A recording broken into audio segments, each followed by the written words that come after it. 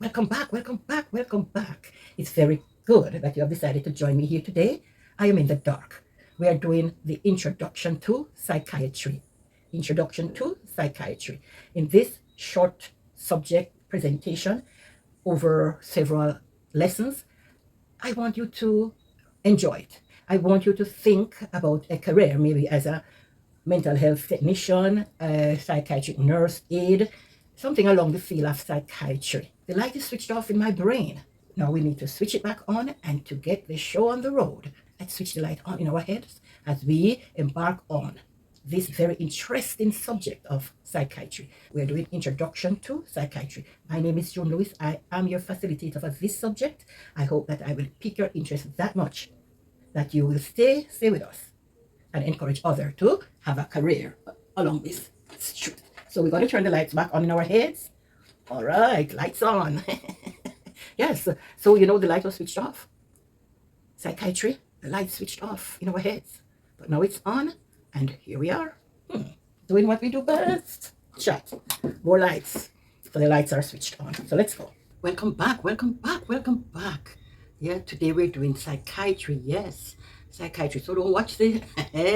Don't watch this. We're doing psychiatry today. All right, let us fix it good. Let us push on. I am so excited that you have decided to join me here today for another interactive session. I represent for the entity Hands for the Aged-Tutoring services, and I will be your facilitator today. So come, let's go. It's psychiatry. We're going to be looking at some of the terminologies that are used on this street, and it's just a few of them. There are many terminologies that are used on this street, but today I just have a few on the board. In your textbook, there are many. 2, 4, 6, 8, 10, 12, 30, about 30. So let us scurry on. All right, people, come. It's time for psychiatry and introduction to. So we're looking at Introduction to Psychiatry. Some of the terminologies that are used on the street. On the board, you have a few, but I'm going to read from my book. We have acting out, affect, agoraphobia, anxiety, apraxia, blocking, hallucination, persecutory, jealousy, grandeur, erotomania, flights of idea, paraphilia, suicidal ideation, illusion, echolalia, echopraxia, looseness of association, diagnosis, psychosis, mania, depression, circumstantiality, delusion. Well, on the board, we just have a couple. In your books, you have many more. So we will be hearing these words as we go along. So sit back, relax, and let me guide you through this very, very, very interesting subject and study area called psychiatry. Psychiatry is a specialized area. Yeah, it's a specialized area of medicine, part of medicine. Yeah, so it's not just the medical doctors who we go and see when we have a tummy ache or a headache. No, these psychiatrists are also medical doctors. Psychiatry is a specialty of medicine. It is a part of medicine.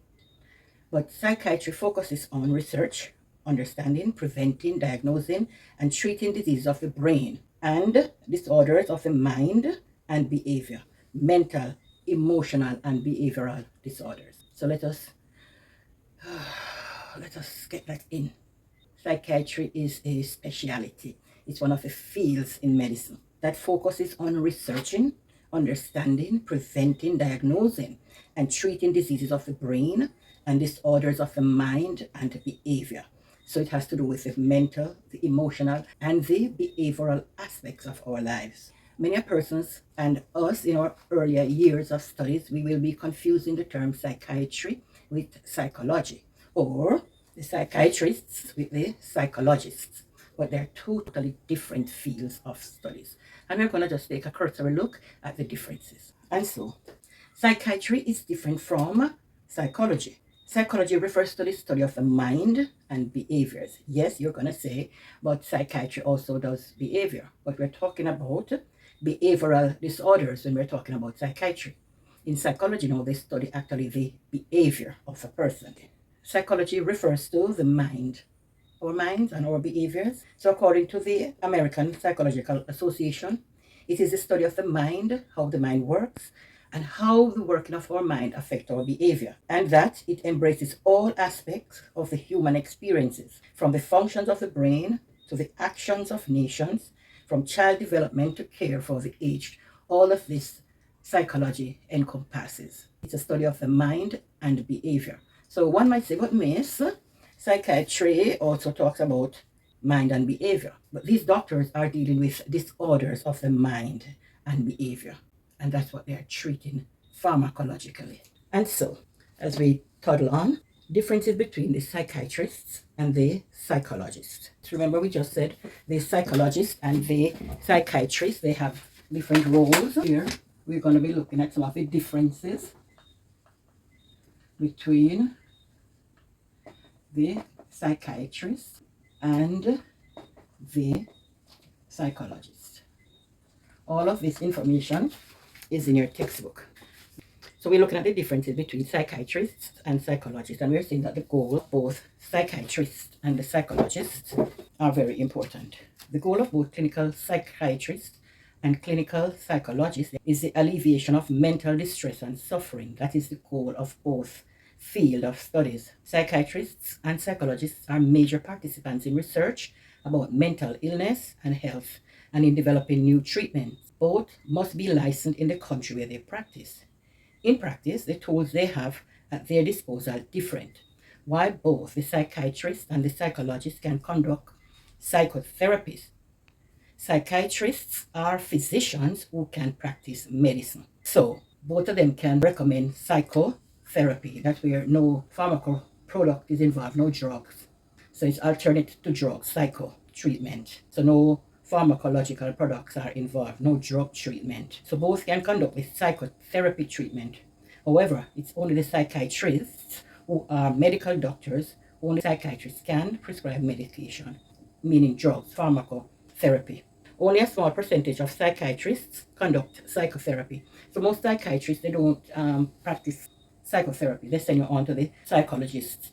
In most mental health settings, therapy is typically administered by a psychologist or other psychotherapist, often in consultation with a psychiatrist administering the medication. So if drug is part of the treatment, then this is where the psychiatrist will come in to administer the treatment. Both psychologists and psychiatrists must work together to help people with mental health conditions, but they are not quite the same. So again, I refer you to your textbook, and you have been hearing this term coming up. So let us put it here on the board. We'll talk about psychotherapy, it means non-drug, and then you will hear about pharmacotherapy. That means the treatment involves drugs. And this type of treatment will be done by a psychiatrist. So bear that in mind. A psychologist treats a patient through psychotherapy. Psychologists treat a patient through psychotherapy, helping to relieve symptoms through behavioral change or adaptation. On the other hand, a psychiatrist diagnosed like is a medical doctor. He or she is a medical doctor. And so, in the capacity of a medical doctor, the psychiatrist will diagnose and treat a wide range of conditions, from Alzheimer's disease to anxiety and autism to mood disorders. Munchausen syndrome, psychosis, and suicidality, all these are checked out and treated by the psychiatrist. As physicians, psychiatrists, they are trained to recognize the many ways general physiological processes and pathologies can influence mental functioning and vice versa. So to wrap up, the role of the psychiatrist, who is also a medical doctor, focuses more on medical management of mental health issues. This might include prescribing medication and other interventions to manage mental health conditions. Practitioners are physicians who typically work in or are affiliated with medical settings. The information is in your notes. And so we trod on, all right? So we're looking at mental health professionals. Mental health professionals. Remember to check out your books. So to be diagnosed with a mental illness, a person must be evaluated by a qualified professional who has expertise in mental health. All right, you can't just get up, ad lib haywire, and start diagnosing for yourself. So to be diagnosed with a mental illness, a person must be evaluated by a qualified professional who has expertise in mental health. So some of these professionals include the psychiatrist, psychologist, They involve psychiatric nurses, involve social workers. Remember, we're doing the introduction to psychiatry. They involve the mental health counselors, the recreational therapists, and the occupational therapists. All of this information, as I always say, it's in your book. Family doctors, internists, and pediatricians are usually qualified to diagnose common mental health disorders such as depression, anxiety disorders, and ADHD. All right? And I deliberately left it like that so that you will be encouraged to look up the meaning of ADHD. ADHD. Look up the meaning of this abbreviation. So in many cases, depending on the individual and his or her symptoms, a health professional who is not a psychiatrist will refer the patient to see the psychiatrist. So for example, somebody might be acting out of their usual and you said, okay, I have to take this person to see the medical doctor. Having assessed the situation and depending on the individual and his or her symptoms, the mental health professional who is not a psychiatrist, you went to your medical doctor, your medical practitioner, refer the patient to see a psychiatrist. So a psychiatrist is a medical doctor who has received additional training in the field of mental health and mental illness. So first, to begin with, the psychiatrist is a medical doctor, but who has done further studies, additional training in the field of mental health and mental illnesses. Psychiatrists evaluate the person's mental condition in coordination with his or her physical condition and can prescribe medication. Yes, because they are medical doctors, they are able to prescribe medication. Only psychiatrists and medical doctors can prescribe medication to treat mental illness, not the psychologist. So remember, the psychiatric nurse aide, maybe the mental health technician as we call them here in Jamaica, these aides provide supervision of clients on in and outpatient unit. They also assist in the restraining of patient and they are supervised by the medical and the nursing staff. So you have psychiatric nursing aides, like you have geriatric nursing aides, so some geriatric nursing aides are double as psychiatric nursing aide, and you can have a whole variation of mix and match. So you can be a geriatric nursing aide, but you're also a psychiatric nursing aide. The scope is endless for this profession. So because of the enormous complexity of human mind and the influence on it, disorders can often express themselves in many ways. And indeed, symptoms of a disorder can change over time. So what was true today or last week might not be true next week or tomorrow.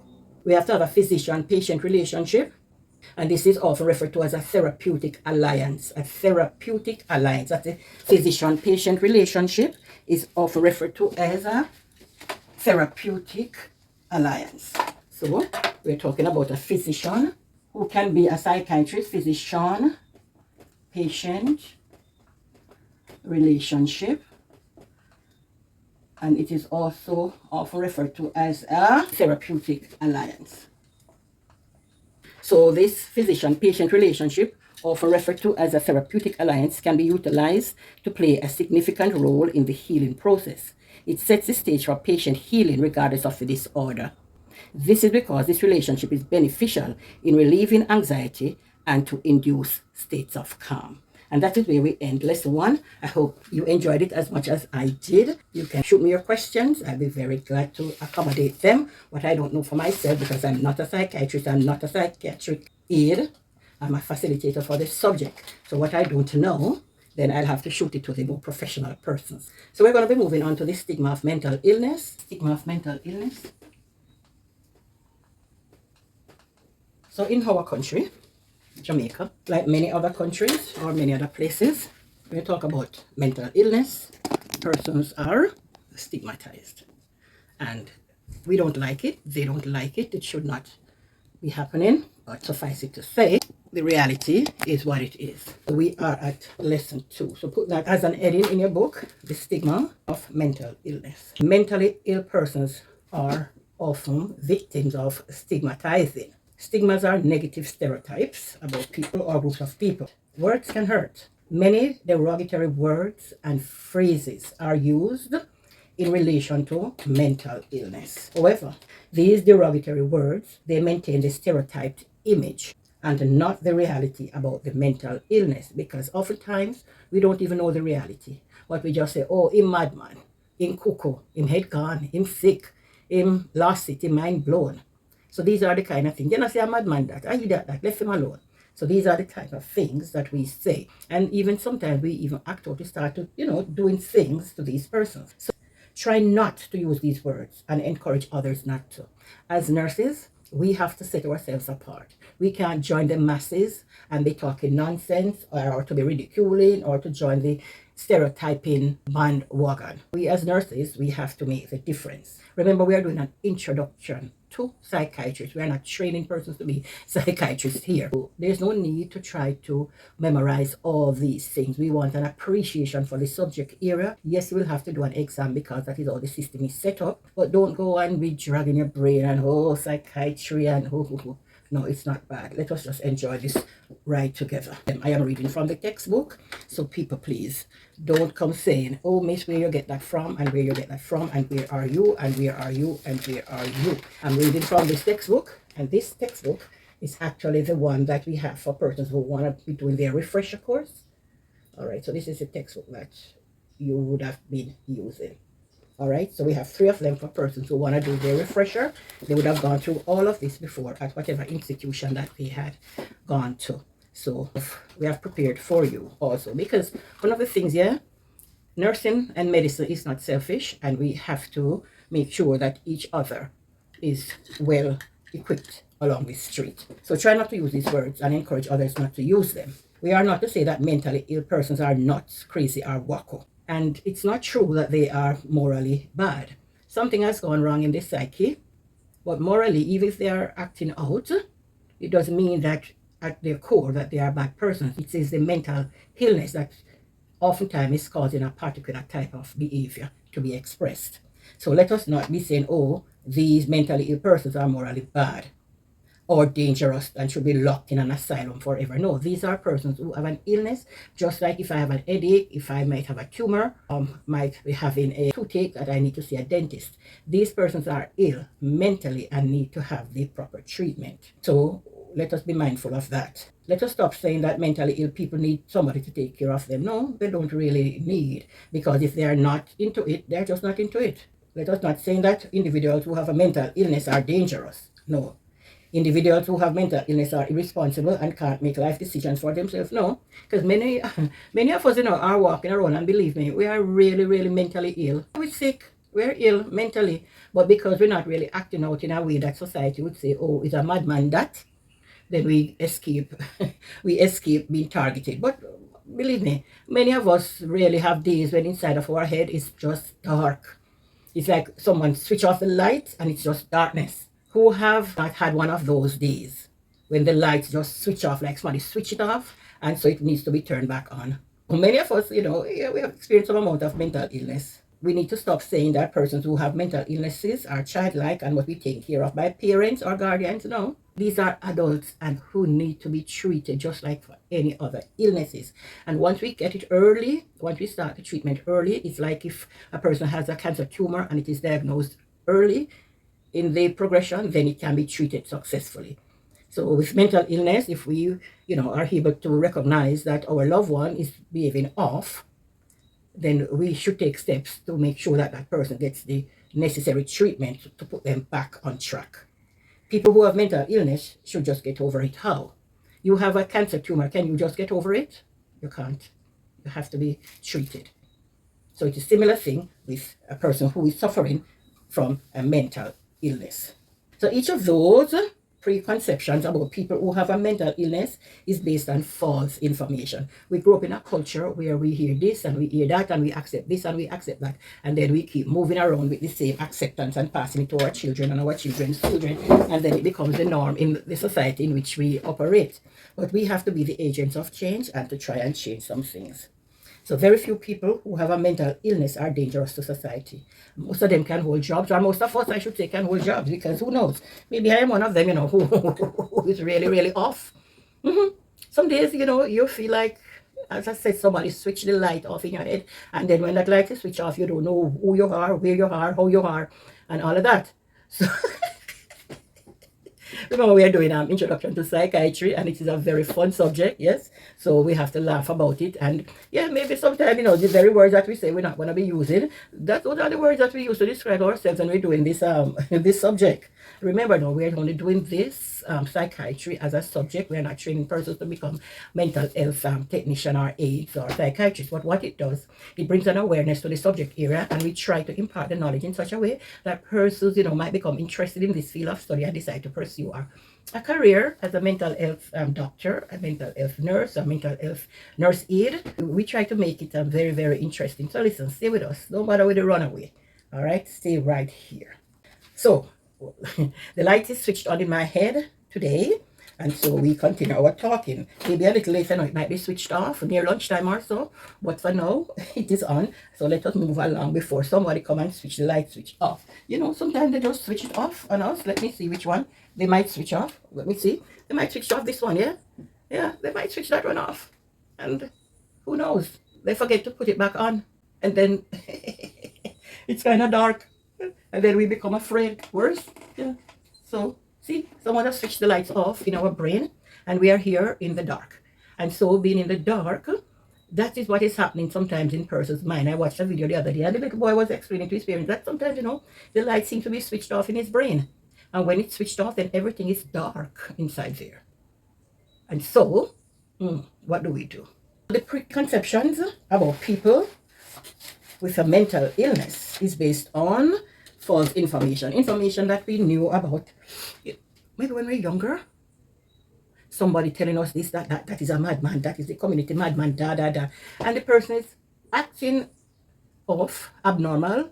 It's not acting the way we see other persons acting, and so we just grow up, he's a madman. But until now, we accept that he was a quote-unquote madman. But I have not seen the word mad in my studies of psychiatry in any way. All right, it's a mental illness, and there are many mental illnesses. So which one is this person suffering from? I don't know. I am not a mental health aid technician, psychiatrist, or any of that.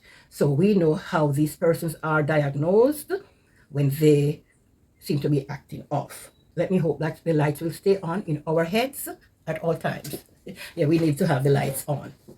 And that nobody said, who turned the lights off? So, very few people who have mental illness are dangerous to society. I'm reading from the notes. Most of us can hold jobs. I said most of us can hold jobs, attend school, and have independence, and act or live independently. A person who has a mental illness cannot simply decide to get over it any more than someone who has a different chronic disease, such as diabetes, asthma, or heart disease. So we who are hypertensive, diabetic, have some cardiac problem, nobody is saying to us, get over it. But the person who suffers a mental illness, we are saying, get over it. You can do better. Nothing wrong with you. The person is ill. Something is happening in the brain that needs to be corrected. But no, we don't see it that way. We don't appreciate it. It's like, get over it. A mental illness, like those other diseases, is caused by a physical problem in the body, which must be dealt with. Stigmas against individuals who have mental illness leads to injustice, including discriminatory decisions regarding housing, employment, and education. Overcoming the stigmas that are commonly associated with mental illness is yet one more challenge that people who have a mental illness must face. Like all of us, I might be having arthritis, and that's a challenge. Another person might be having glaucoma, cataract, and that's a challenge also. And another person might need to be having dialysis, and that's a problem also. So each of us have our own situation that we have to be dealing with, and none is less important than the other. So let us stop telling people get over this and to get over that, and treat the situation of illness with respect. The stigmatizing attitude towards mental illness held by both the public and those who have a mental illness leads to feeling of shame and guilt, loss of self-esteem, social dependence, and a sense of isolation and hopelessness. Because really, nobody is having the conversation with this person who is mentally challenged, and before they're really gone off the rockers, they are giving us indications that, listen, I need to talk, I want to talk. Lonesomeness can lead to a lot of things. You get lonesome, then you start talking to yourself, then you start hearing voices, then you start hallucinating, then you start being delusional, then all the trip comes along. And then you wonder, so many families leave their loved one and they're gone overseas for a long time. Many of us have left our children, and then the children start acting out because we have gone overseas. We're in search of a better life for ourselves and our kids. But then our children become what? Barrel babies. They have all of the gadgets. They have all of the toys, all of the clothes, all of the bling bling, all of the thing, all of the AIs. But they lack your company. They see you on video calls. But that is different from sitting with mommy and getting a hug. Yes, you're providing, but what about you presence? And then we wonder, how is this child acting this way? I have given him everything. He has a better life than what I had. And but you are absent. You come once or twice a year for a week or two, and it's a fairy tale session. You go all the hotels, the big food, the parties, the show of affection. But then after 2 weeks, you're left with all of that. And then you wonder, how come the child is like that?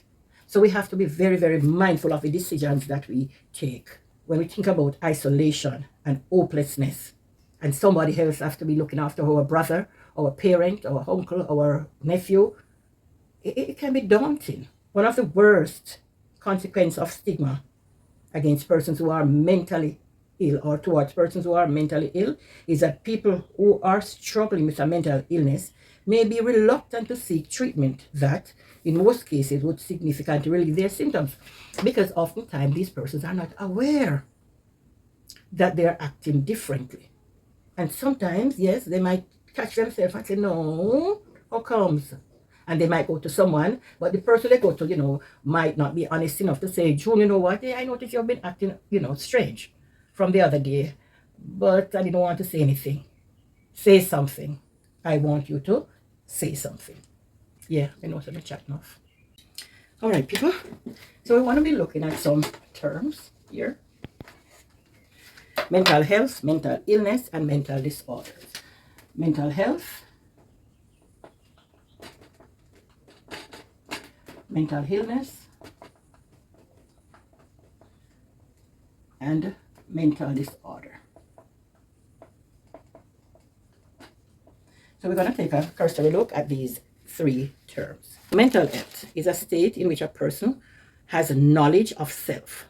So this person has knowledge of self. You're not seeing me? I'm sorry about that. Okay. So this is where we stop lesson 1, and we'll pick up back at a later date. Keep watching for other videos. Remember, my name is June Lewis. I am your facilitator for this subject, psychiatry. Catch you in the next video. Bye-bye.